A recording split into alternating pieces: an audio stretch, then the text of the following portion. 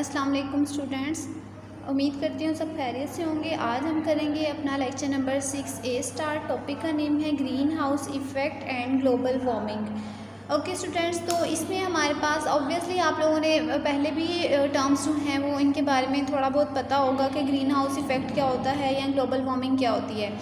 Actual में हमारे पास जो कार्बन डाइऑक्साइड है वो अर्थ के अराउंड एक इन्वेलप है, like a sheet, like a layer, ठीक है। अब इसका बहुत इंपॉर्टेंट रोल है। अब होता ये है कि कार्बन डाइऑक्साइड क्या करती है कि सन से जितनी भी रेज़ आ रही होती हैं उनको कार्बन डाइऑक्साइड जो है वो अर्थ तक जो है वो जाने देती है। फिर वो रेज़ जो हैं वो अर्थ से जो हैं वो रिफ़्लेक्ट होकर यानी टकरा के वापस जो हैं वो अपर साइड पे मूव करती हैं, अपवर्ड मूव करती हैं, ठीक है। ये नॉर्मल कंसनट्रेशन जब कार्बन डाइऑक्साइड होगी तब ये ऐसा सीन होगा, ठीक है। तो फिर हमारा टेम्परेचर जो है वो भी नॉर्मल रहेगा। लेकिन जैसे जैसे कार्बन डाइऑक्साइड की कंसनट्रेशन बढ़ती जा रही है ह्यूमन एक्टिविटीज़ की वजह से, जब बर्निंग का प्रोसेस जो है वो बहुत ज़्यादा, ये फॉसल फ्यूल्स और इनकी बर्निंग से कार्बन डाइऑक्साइड की जब कंसनट्रेशन ज़्यादा होगी, अब उससे क्या होगा, अब उससे सारा सिस्टम जो है वो डिस्टर्ब होगा। क्या होगा कि कार्बन डाइऑक्साइड जो है वो सन से आने वाली जितनी भी रेज़ हैं उनको अर्थ तक जाने देगी। उसके बाद अर्थ से उन्होंने वापस जब आउटवर्ड जाना होगा तो अर्थ से रिफ़्लेक्ट होने के बाद जो कार्बन डाइऑक्साइड की ज़्यादा जब कंसनट्रेशन हो जाएगी तो वो उनको वो दोबारा अपवर्ड मूव नहीं करने देंगी, जिसकी वजह से वो रेज़ अंदर ही रहेंगी, ज़मीन में ही रहेंगी, अर्थ के अंदर ही रहेंगी। तो अर्थ में टेम्परेचर जो है वो इंक्रीज़ हो जाएगा, ठीक है। तो एक्चुअल में टेम्परेचर जो है वो इंक्रीज़ जब होता है, इससे ही हम क्या कहेंगे, ग्रीन हाउस इफ़ेक्ट, ठीक है। यानी जितनी जितनी कार्बन डाइऑक्साइड की कंसनट्रेशन ज़्यादा होती जाएगी उतना ही हमारे पास ग्रीन हाउस इफ़ेक्ट जो है वो ज़्यादा होता जाएगा, ठीक है। और जिसकी वजह से हमें क्या करना, जिसकी वजह से हमारा पूरा जो ग्लोब है वो वार्म हो रहा है, जिसको हम ग्लोबल वार्मिंग कहते हैं, ठीक है। चलें अब इसको एक दफ़ा रीड आउट कर लेते हैं। एक्चुअल में स्टूडेंट्स होता ये है कि कार्बन डाइऑक्साइड जो है वो एयर पोल्यूटेड नहीं है, लेकिन आपको पता है कि किसी भी चीज़ की कंसनट्रेशन नॉर्मल से ज़्यादा हो जाए, चाहे वो हमारे लिए बेनिफिशियल ही है चीज़, लेकिन उसकी कंसनट्रेशन नॉर्मल से ज़्यादा जब ली जाए तो वो हमारे लिए नुकसानदेही होती है, ठीक है। तो यही जो चीज़ है ये कार्बन डाइऑक्साइड के लिए हम बात करेंगे। कार्बन डाइऑक्साइड जो है वो एयर पोल्यूटेंट नहीं है। जैसे कि आपको पता है प्लांट्स जो हैं वो फोटोसिंथेसिस का प्रोसेस करते हैं, जबकि एनिमल्स जो हैं लाइक ह्यूमन बींग्स, हम जो हैं वो क्या करते हैं, रेस्पिरेशन का प्रोसेस करते हैं। अब जो है एनिमल्स यानी कि जितने भी एनिमल्स हैं या ह्यूमन बींग्स हैं, हम भी एनिमल्स ही कहलाते हैं बायोलॉजिकल टर्म में, ठीक है। तो हम जब फोटोसिंथेसिस का प्रोसेस होता है उसमें हमें ऑक्सीजन चाहिए होती है, यानी सांस लेने के लिए हम ऑक्सीजन जो है वो इनहेल कर रहे होते हैं, जबकि कार्बन डाइऑक्साइड जो है वो एक्सहेल कर रहे होते हैं। ऑक्सीजन अंदर जा रही होती है जबकि कार्बन डाइऑक्साइड बाहर आ रही होती है। अब वही जो कार्बन डाइऑक्साइड है वो प्लांट्स जो हैं वो लेते हैं और उससे फोटोसिंथेसिस का प्रोसेस करते हैं, खुराक बनाते हैं, ग्लूकोज फॉर्मेशन होती है और उसके साथ साथ ऑक्सीजन जो है वो बनती है। अब वही ऑक्सीजन जो है वो एनिमल्स यूज़ करते हैं। यानी अगर प्लांट्स या एनिमल्स में से कोई एक कम हो जाए तो लाइफ विल बी इम्पॉसिबल, ठीक है। तो ये एक जो है वो बैलेंस क्रिएट हुआ है, लेकिन ये बैलेंस जो है जब डिस्टर्ब होगा तो ऑब्वियसली तमाम जो हमारे पास एक्टिविटीज़ हैं वो डिस्टर्ब हो जाएंगी, ठीक है।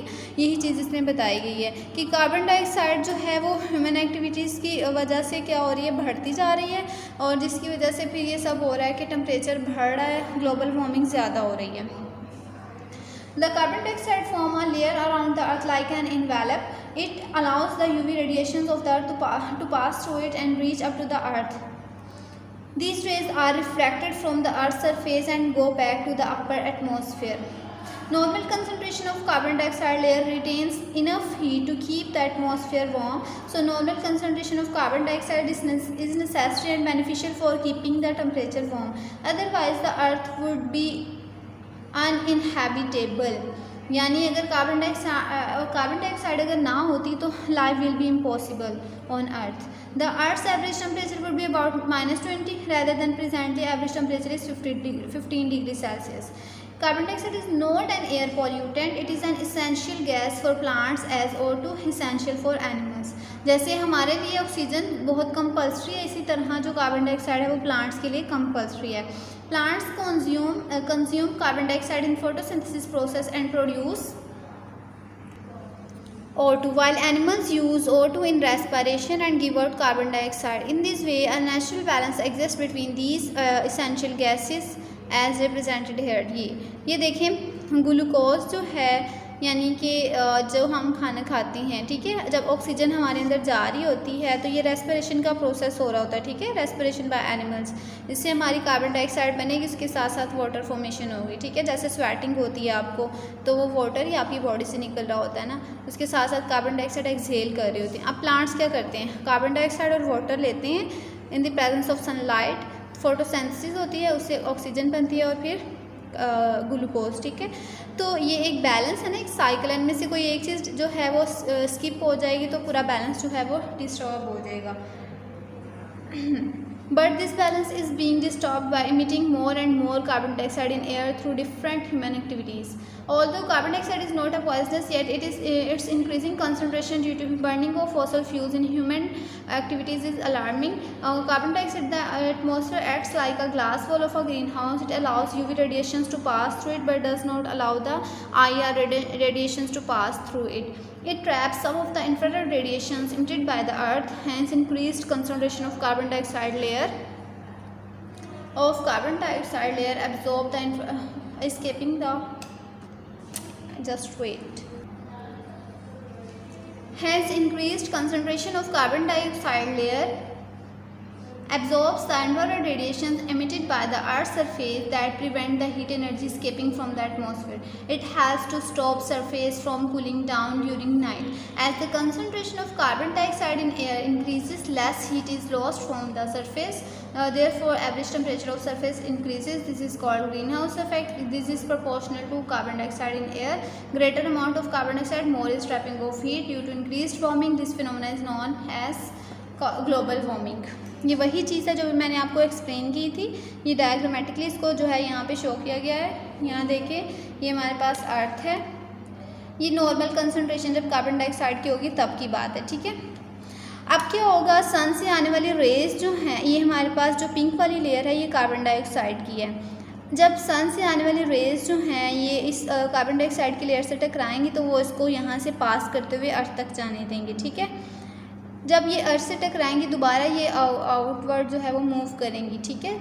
ये हमारे पास natural process of heat going out, ये सिंपल एक बैलेंस्ड एक्टिविटीज़ हो रही हैं, ठीक है, नॉर्मल कंसंट्रेशन में। अब जब ह्यूमन एक्टिविटीज़ की वजह से कार्बन डाइऑक्साइड की कंसंट्रेशन ज़्यादा हो रही है, ये देखिए थिक होती जा रही है लेयर, ठीक है, तो क्या होगा, सन से आने वाली रेज जो हैं वो अर्थ के पास जाएंगी, यहाँ पे जो है वो टकराने के बाद वो दोबारा अपर साइड पे मूव नहीं कर सकेंगी। The increased concentration of carbon dioxide due to human activities results in trapping of heat and causes green house effect. ये जो रेज हैं ऊपर जाने की बजाय फिर से अंदर ही आ जाएंगी, जिसकी वजह से अंदर का टेम्परेचर जो है वो बढ़ जाएगा, ठीक है, जिसको हम बोलेंगे ग्रीन हाउस इफेक्ट। जितनी कंसंट्रेशन ज़्यादा होती जाएगी उतना ही टेम्परेचर ज़्यादा होता जाएगा और उतनी ही ग्लोबल वार्मिंग ज़्यादा होती जाएगी। नेक्स्ट हमारे पास जो है वो इफ़ेक्ट्स ऑफ ग्लोबल वार्मिंग है। यहाँ पे ये बताया हुआ है कि कार्बन डाइऑक्साइड की कंसंट्रेशन जो है वो हर साल जो है वो बढ़ती जा रही है। कितनी? accumulation of carbon dioxide in air is resulting in increasing in atmosphere temperature about 0.05 degree Celsius every year. Carbon dioxide की कंसंट्रेशन जो है वो बढ़ रही है, जिसकी वजह से टेम्परेचर भी हर साल क्या हो रहा है, इंक्रीज़ हो रहा है। कितना? 0.05 डिग्री सेल्सियस, ठीक है, पर ईयर जो है वो इंक्रीज़ हो रहा है। अब क्या होता है, अब कार्बन डाइऑक्साइड की वजह से यानी उसकी कंसंट्रेशन ज़्यादा होने की वजह से ग्लोबल वार्मिंग ज़्यादा होती है। ग्लोबल वार्मिंग यानी टेम्परेचर बढ़ने से क्या होगा, हमारे पास वेदर पैटर्न्स जो हैं वो चेंज हो जाएंगे। यानी जैसे आपको पता है पहले हमारे यहाँ मौसम जो है वो सर्दी भी ज़्यादा शिद्दत में होती थी और गर्मी भी। सर्दी ज़्यादा शिद्दत से होती थी लेकिन गर्मी कम थी। लेकिन अब जैसे जैसे ग्लोबल वार्मिंग ज़्यादा हो रही है तो उससे क्या होगा, हमारे यहाँ का टेम्परेचर बढ़ता जाएगा, ठीक है, और जो वेदर पैटर्न्स हैं वो भी चेंज होते जाएंगे, ठीक है, यानी मज़ीद जो है वो उनमें इंटेंसिटी आती जाएगी। अब टेम्परेचर चेंज होने से यानी टेम्परेचर बढ़ने से क्या होगा, आइस केव्स और जितने भी ग्लेशियर्स हैं, स्नो केव्स हैं, ये सारे जो हैं वो मेल्ट हो जाएंगे। अब उनके मेल्ट होने से वाटर ही फॉर्म होगा ना, वाटर जो है उसकी कंसंट्रेशन ज़्यादा होने से फ्लड रिस्क ज़्यादा हो जाएंगे। ठीक है। उसके अलावा क्या होगा, सी लेवल जो है वो बढ़ जाएगा, जिसकी वजह से नीचे लो लेइंग एरियाज जो होते हैं वो सबमर्ज हो जाएंगे, यानी डूब जाएंगे, और वहाँ पे लोग जो है वो मज़ीद वहाँ पे रह नहीं सकेंगे, ठीक है, क्योंकि वो एरिया पानी में ही चले जाएंगे तो वहाँ पे रहना इम्पॉसिबल हो जाएगा। नेक्स्ट हमारे पास यहाँ पे ये बताया हुआ है कि ओपन एयर में जो है वो बर्निंग प्रोसेस क्यों करना चाहिए और क्लोज में क्यों नहीं करना चाहिए, ठीक है। ये आपको शॉर्ट क्वेश्चन में भी आ सकता है। Why burning is not allowed in closed places, ठीक। तो इसमें आंसर में आपने ये सारा लिखना है। इसमें यही बताया हुआ है कि कार्बन मोनोऑक्साइड जो है वो कलरलेस और डोरलेस गैस है, और क्या होती है ये एक्चुअल में ये हेल्थ हैज़र्ड होती है। होता ये है कि जब बर्निंग प्रोसेस जो है वो क्लोज्ड एरिया में किया जाता है, तो मैंने आपको पहले भी बताया है कि ऑक्सीजन वहाँ लिमिटेड हो जाती है। फिर आपको पता है जब बर्निंग का प्रोसेस होता है उस दौरान कार्बन डाइऑक्साइड बन रही होती है, लेकिन जब ऑक्सीजन लिमिटेड हो जाएगी CO2 बनने की बजाय CO बनना शुरू हो जाएगा, ठीक है, क्योंकि ऑक्सीजन पहले ही कम है, तो फिर CO2 नहीं बनेगा, जबकि CO बनना शुरू होगा, जिसको कार्बन मोनोऑक्साइड कहते हैं, ठीक है। उसकी वजह से सफोकेशन होती है। वो क्या करती है, CO जो है वो हीमोग्लोबिन के साथ जो है वो स्ट्रॉन्गली बॉन्ड बनाती है। उसकी वजह से हमारी जो बॉडी है उसमें ऑक्सीजन जो है वो सप्लाई वो लिमिटेड हो जाती है, और हमारी जो है बॉडी हम सर दर्द शुरू हो जाता है और बॉडी बेजान होना शुरू हो जाती है। अब बहुत ज़्यादा टाइम के लिए जब कार्बन मोनोऑक्साइड ही आप इनहेल करते जाओ तो वो अल्टीमेटली क्या करेगी, ब्रीथिंग डिफ़िकल्टीज होने के साथ साथ अल्टीमेटली डेथ हो जाएगी, ठीक है। ये सारा इसमें बताया हुआ है, ये आप लोगों ने कंप्लीट याद करना है। उसके बाद नीचे लिखा हुआ है कन्वर्टर्स के बारे में, जिसमें ये लिखा हुआ है कि ऑटोमोबाइल्स जो हैं एग्जॉस्ट, उनमें हमारे पास जो है वो कन्वर्टर्स यूज़ करने चाहिए। कन्वर्टर्स क्या करती हैं, जो हमारे पास हार्मफुल होती हैं गैसेस या oxides of different gases like oxygen के ऑक्साइड्स या कार्बन के ऑक्साइड्स, नाइट्रोजन के ऑक्साइड्स, इनको ये क्या करती हैं मोर हार्मफुल से लेस हार्मफुल में कन्वर्ट कर देती हैं, और फिर वो जो है वो एयर में जो है वो इमिट कर दिए जाते हैं, ठीक है, जो कि लेस हार्मफुल होते हैं। इसमें यही सब लिखा हुआ है, आप लोगों ने इसको एक दफ़ा रीड आउट करना है कि कन्वर्टर्स क्यों जो हैं वो यूज़ किए जाते हैं। सिंपल बात यही है कि वो जो ज़्यादा हार्मफुल गैसेस हैं उनको लेस में कन्वर्ट करती हैं, फिर उसके बाद उनको जो है वो वेस्ट कर दिया जाता है। इंटरेस्टिंग इन्फॉर्मेशन है, carbon dioxide is the life gas for plants as oxygen is for human beings and animals. Carbon dioxide absorb infrared radiation emitted by the earth, although carbon dioxide is negligible as compared to nitrogen and oxygen, yet its heat retaining capacity is tremendous. Without carbon dioxide, life on the earth would have been impossible. इसमें यही बताया हुआ है कि carbon dioxide जो है वो बहुत इंपॉर्टेंट है, जैसे हमारे लिए ऑक्सीजन इंपॉर्टेंट है, इसी तरह कार्बन डाइऑक्साइड जो है वो प्लांट्स के लिए इंपॉर्टेंट है। कार्बन डाइऑक्साइड की कंसंट्रेशन जो है वो एटमॉस्फेयर में कम होती है, लेकिन ये इसका जो रोल है वो बहुत ज़्यादा अहम होता है, जिसकी वजह से हमारी जो एटमॉस्फेयर है उसमें टेम्परेचर जो है वो नॉर्मल रहता है, ठीक है। ये सारा कुछ इसमें बताया हुआ है। नेक्स्ट है सल्फ़र के कंपाउंड्स, तो इसमें भी यही बताया हुआ है कि सल्फ़र जो है वो जितना भी ऑर्गेनिक मैटर होता है लाइक वुड हो गई, उसकी बर्निंग या और भी जितनी भी हमारे पास जो ऑर्गेनिक प्रोडक्ट्स हैं उनकी जब बर्निंग की जाती है, तो उसके अलावा वोल्केनिक इरप्शन जो है उन सब से जो है सल्फ़र के ऑक्साइड जो हैं वो निकलते हैं, ठीक है। अब एक्चुअल में जब फॉसल फ्यूल्स जो एक्चुअल में ये जो हमारे पास नेचुरल सल्फ़र के ऑक्साइड्स हैं उनमें इतनी सल्फ़र मौजूद नहीं होती जितनी फॉसल फ्यूल्स की बर्निंग से ऑक्सीजन जो है सल्फ़र जो है वो रिलीज़ होती है, उसकी कंसनट्रेशन ज़्यादा होती है। जब फॉसल फ्यूल्स को बर्न किया जाता है तो तब जब सल्फ़र के ऑक्साइड्स निकलते हैं उनकी कंसनट्रेशन बहुत ज़्यादा होती है, ठीक है। अब एक्चुअल में फॉसल फ्यूल्स किस लिए हम जो है वो बर्न करते हैं, एनर्जी को प्रोड्यूस करने के लिए ना। अब जब उनको बर्न किया जाता है तो फॉसल फ्यूल्स जिनमें सल्फ़र होती है वो बनाते हैं सल्फ़र के ऑक्साइड्स, जैसे कि ये sulphur dioxide and sulphur trioxide, ठीक है।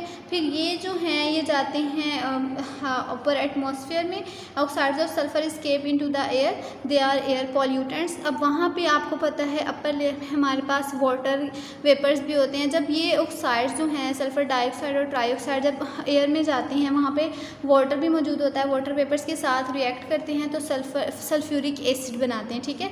वो जो एसिड है वो रेन वाटर में मिलता है और एसिडिक रेन बनाता है, ठीक है। इफ़ेक्ट्स ऑफ सल्फ़र डाइऑक्साइड, तो इसमें ये बताया हुआ है कि इसकी इरिटेटिंग स्मेल होती है, ये कलरलेस गैस है, सफोकेशन कोज करती है और जो एस्थमेटिक पेशेंट्स होते हैं उनके लिए रेस्पिरेटरी प्रॉब्लम्स क्रिएट करती है, ठीक है। उसके अलावा ये जो है बिल्डिंग्स जो हैं या वेजिटेशन यानी ग्रोथ के प्रोसेस को जो है वो डिस्टर्ब करती है। To control pollution because of SO2 it is necessary to remove sulfur from fossil fuels before they are burnt। ये हमने पहले बात की ना कि सल्फ़र कंटेनिंग फॉसल फ्यूल्स को जब हम बर्न करते हैं तो सल्फ़र डाइऑक्साइड बनता है। तो इसके लिए ज़रूरी है कि अगर हम इस पोल्यूशन को जो है वो कंट्रोल करना चाहते हैं तो उसके लिए ज़रूरी है कि जब भी फॉसल फ्यूल्स को बर्न किया जाए तो उससे पहले उसमें से सल्फ़र के ऑक्साइड्स को रिमूव कर लिया जाए। नेक्स्ट हमारे पास है नाइट्रोजन के ऑक्साइड्स या नाइट्रोजन के कंपाउंड जिसमें NO2 NO3 हमारे पास मौजूद होती हैं। अच्छा, तो इसमें ये बताया हुआ है they are produce by the electrical lightning in the air, ठीक है। जैसे गरज चमक होती है ना, उसमें भी नाइट्रोजन के ऑक्साइड्स जो हैं वो प्रेजेंट होते हैं। एक्चुअल में होता ये है कि एयर में जो नाइट्रोजन है वो अनरिएक्टिव होती है, ठीक है। वो क्या करती है कि जब टेम्परेचर बढ़ता है तो वो नाइट्रोजन जो एयर में होती है वो ऑक्सीजन के साथ रिएक्ट करके नाइट्रोजन ऑक्साइड बनाती है, जो फ़ौरन जो है वो चेंज कर देता है ऑक्सीजन के साथ मिलके फिर से नाइट्रोजन डाइऑक्साइड में, ठीक है। अब ये जो नाइट्रोजन डाइऑक्साइड है ये जाएंगे एयर में वाटर वेपर्स के साथ रिएक्ट करेंगे, फिर से नाइट्रिक एसिड बनेगा जो कि रेन वाटर में मिलके जाके उसको एसिडिक बना देगा, तो एसिड रेन जो है वो फॉर्म करेगा, ठीक है। तो ये सारे इसके फैक्ट्स हैं। Mixture of these gases represented as NOx enters in the air through automobile exhaust and chimneys of the thermal power stations and factories. It irritates breathing passage. These oxides form nitric acid combining with water vapors in air. Nitric acid is a component of acid rain, ठीक है। यहाँ तक हमारा ये हो गया, ठीक है। It is the component of acid rain. Same वही प्रोसेस है जैसे सल्फ़र के ऑक्साइड्स जो हैं जब बनते हैं वो जाते हैं एयर में, वहाँ पे वाटर वेपर्स के साथ जो हैं वो रिएक्ट करते हैं, सल्फ्यूरिक एसिड बनाते हैं। वो सल्फ्यूरिक एसिड रेन वाटर में मिलके उसको क्या कर देता है एसिडिक। इसी तरह नाइट्रोजन के ऑक्साइड्स जो हैं जब वो एयर में जाते हैं और वाटर वेपर्स में जो हैं वो उसके साथ रिएक्ट करके तो नाइट्रिक एसिड बनाते हैं, जो एसिड रेन वाटर में मिलके उसको एसिडिक कर देता है। यहाँ पे हमारा टॉपिक कंप्लीट हुआ और इसको अच्छे से याद कीजिएगा। अपना ख्याल रखिएगा। अल्लाह हाफिज़।